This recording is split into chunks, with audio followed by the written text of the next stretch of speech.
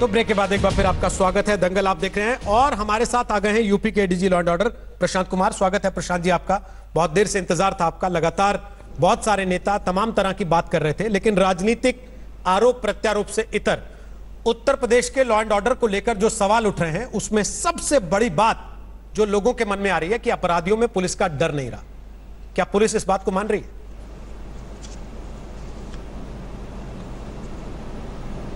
ये जो काफ़ी स्वीपिंग जनरलाइजेशन है, इस तरह की बातें कहना, वहाँ जिस प्रदेश में पिछले 3 साल में एक भी सांप्रदायिक दंगा नहीं हुआ, एक भी जातीय संघर्ष नहीं हुआ, उस प्रदेश में जहाँ लोकसभा चुनाव में किसी तरह की हिंसा नहीं हुई, जहाँ महाकुंभ का आयोजन हुआ, ऐसी स्थिति में और जहाँ के आपराधिक आंकड़े ये हम नहीं बता रहे, ये सभी आप जो भी एनसीआरबी के आंकड़ों को अगर कंपेयर करें, आधिकारिक आंकड़ों को कंपेयर करें, तो आप देखेंगे कि सभी जघन्य अपराधों में कमी आई है।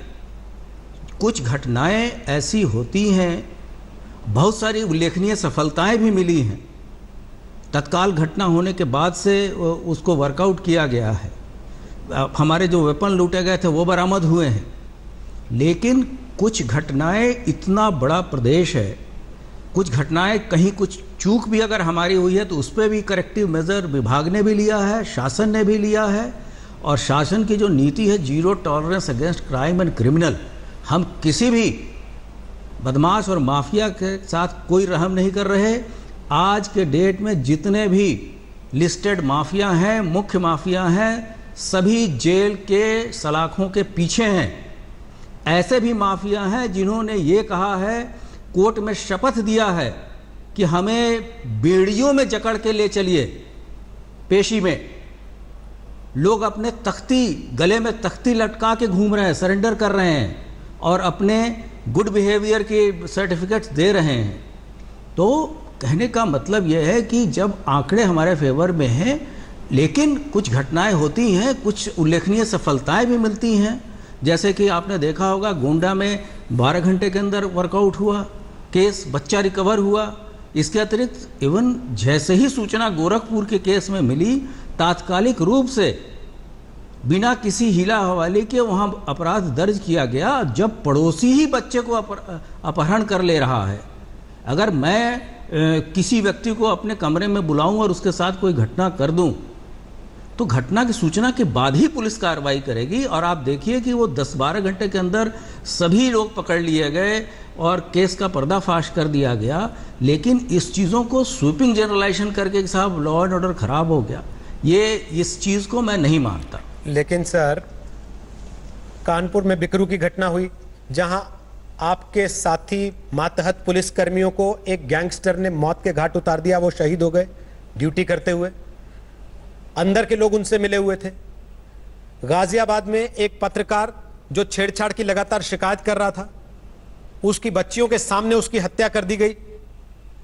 गोरखपुर में गोंडा वाली घटना में आपकी कामयाबी के टीवी पर लगातार रिकॉर्ड्स चलने के बाद भी अपराधियों का इतना हौसला हो गया कि वो फिर से एक बच्चे को अगवा करके ले गए और इससे पहले कि पुलिस पहुंच पाती उनको मार दिया गया। क्या इससे यह बात साबित नहीं होती कि अपराधियों के हौसले अब भी बुलंद हैं? और तब जब आप ये कह रहे हैं कि गैंगस्टर जेल में बंद है, सर मैं तो अखबार की खबर पढ़ के सुना रहा हूं, गैंगस्टर जेल से विधायक को धमकी दे रहा है और विधायक सीएम के दरवाजे गुहार लगा रहा है कि साहब हमको सुरक्षा दे दीजिए, हमें मार डालेगा ये।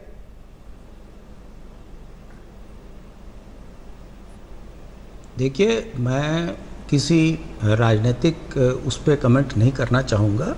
जहाँ तक बिकरू की घटना है, हमारे 8 जवान, एक हमारे गस्टेड अफसर के साथ 8 हमारे साथी शहीद हुए, हमारे कुछ वेपन्स गए, लेकिन बहुत त्वरित कार्रवाई करते हुए हम लोगों ने मुख्य अभियुक्त को अकाउंट फॉर किया। सारे हमारे जितने भी वेपन थे वो बरामद किए गए। उसके लिए भी काफ़ी हंगामा मचा कि साहब किसी को परेशान किया जा रहा है, उसके घर की सर्च ली जा रही है।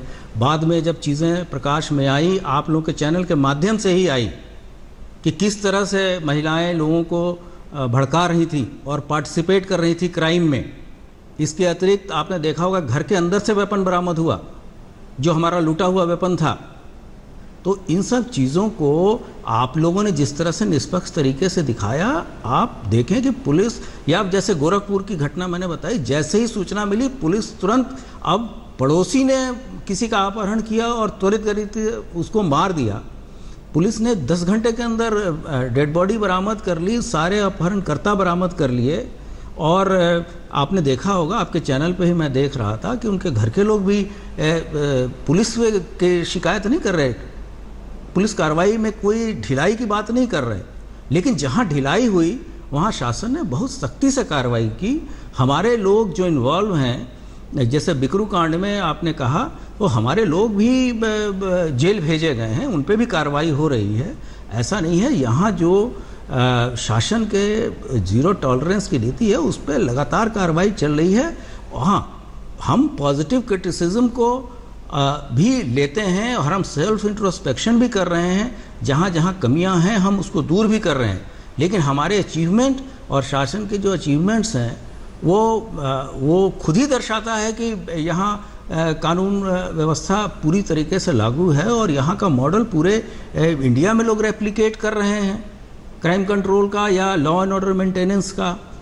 कुछ घटनाएं होती हैं, सभी घटनाएं वर्कआउट नहीं होती, और ये भी अपराध शून्य समाज की भी अपेक्षा करना, ये मेरे हिसाब से कुछ हम लोगों को भी कुछ टाइम ऐसा मिलना चाहिए, रिस्पांस टाइम। और हमारे जो विभाग के मुखिया हैं वो लगातार जो महत्वपूर्ण घटनाएं हैं या हम लोग हैं उनके नेतृत्व में कार्य कर रहे हैं और लगातार केसेस हमारे वर्कआउट होते जा रहे हैं।